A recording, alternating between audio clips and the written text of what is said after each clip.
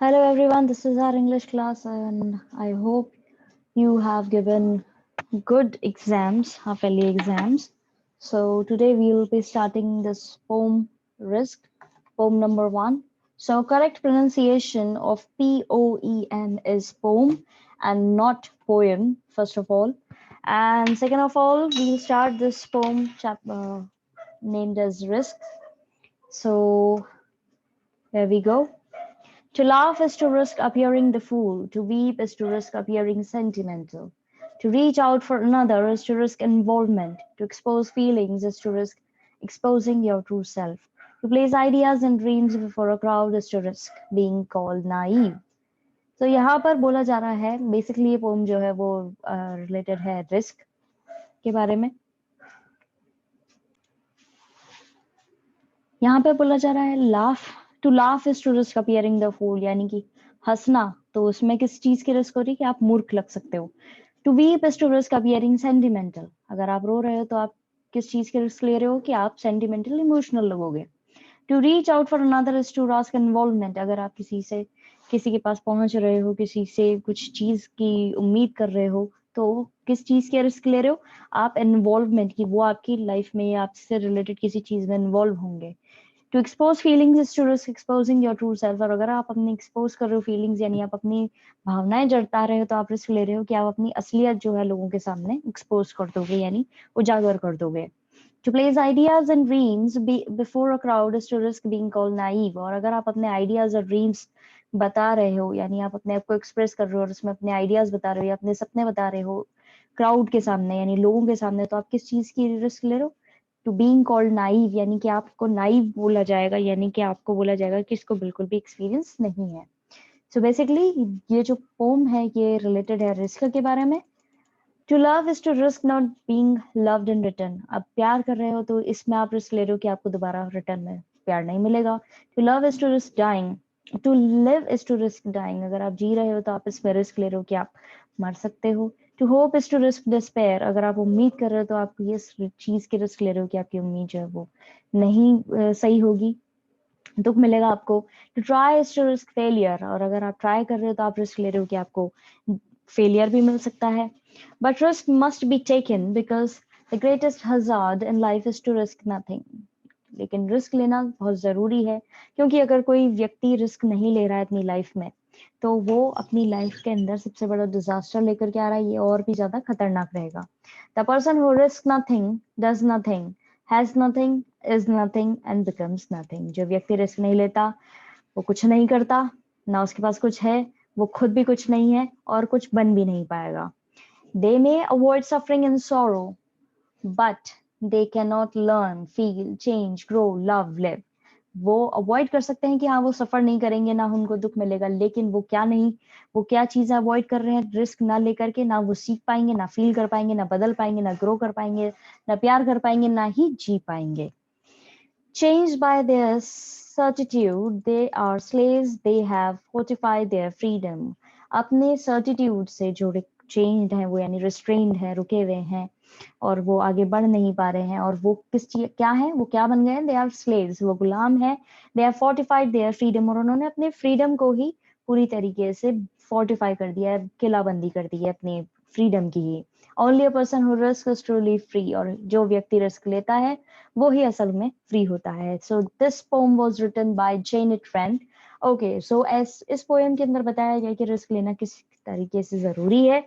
अब यहाँ पे क्योंकि ये पोम जो है रिस्क रिलेटेड है, इसका मतलब ये नहीं कि आप बिना सोचे समझे किसी भी चीज के बारे में रिस्क ले लें और ये सोचने लगे कि नहीं हम हमारी तो बुक में पोम में लिखा हुआ है रिस्क के ऊपर है कि अगर हंसना है तो रिस्क लेना बहुत जरूरी है, और कोई भी चीज करनी है लाइफ में तो वो उसके लिए रिस्क लेना जरूरी है। एक सर्टेन अमाउंट में आपको रिस्क लेनी चाहिए, अननेसेसरी तरीके से अगर आप रिस्क लेंगे तो आप अपने आप को हर्ट ही करेंगे।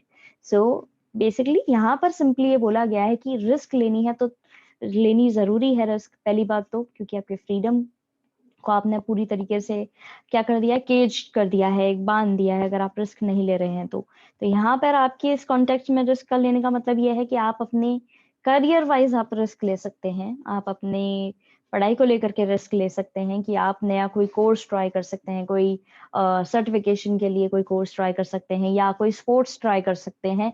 ये आपके यहाँ पे रिस्क लेने का एक, आपकी लाइफ में रिस्क लेने का जो एम होना चाहिए वो इस तरह का होना चाहिए, ना कि कोई बिल्कुल ही फुलिश रिस्क ले रहे हो या फिजिकली इम्पॉसिबल जो चीज नहीं हो सकती है वो रिस्क ले रहे हो और फिर सोचें उसको रिलेट करें कि नहीं हमारी तो किताब में लिखा हुआ है, तो वो नहीं करना है। दिमाग और समझदारी से काम में लेना है।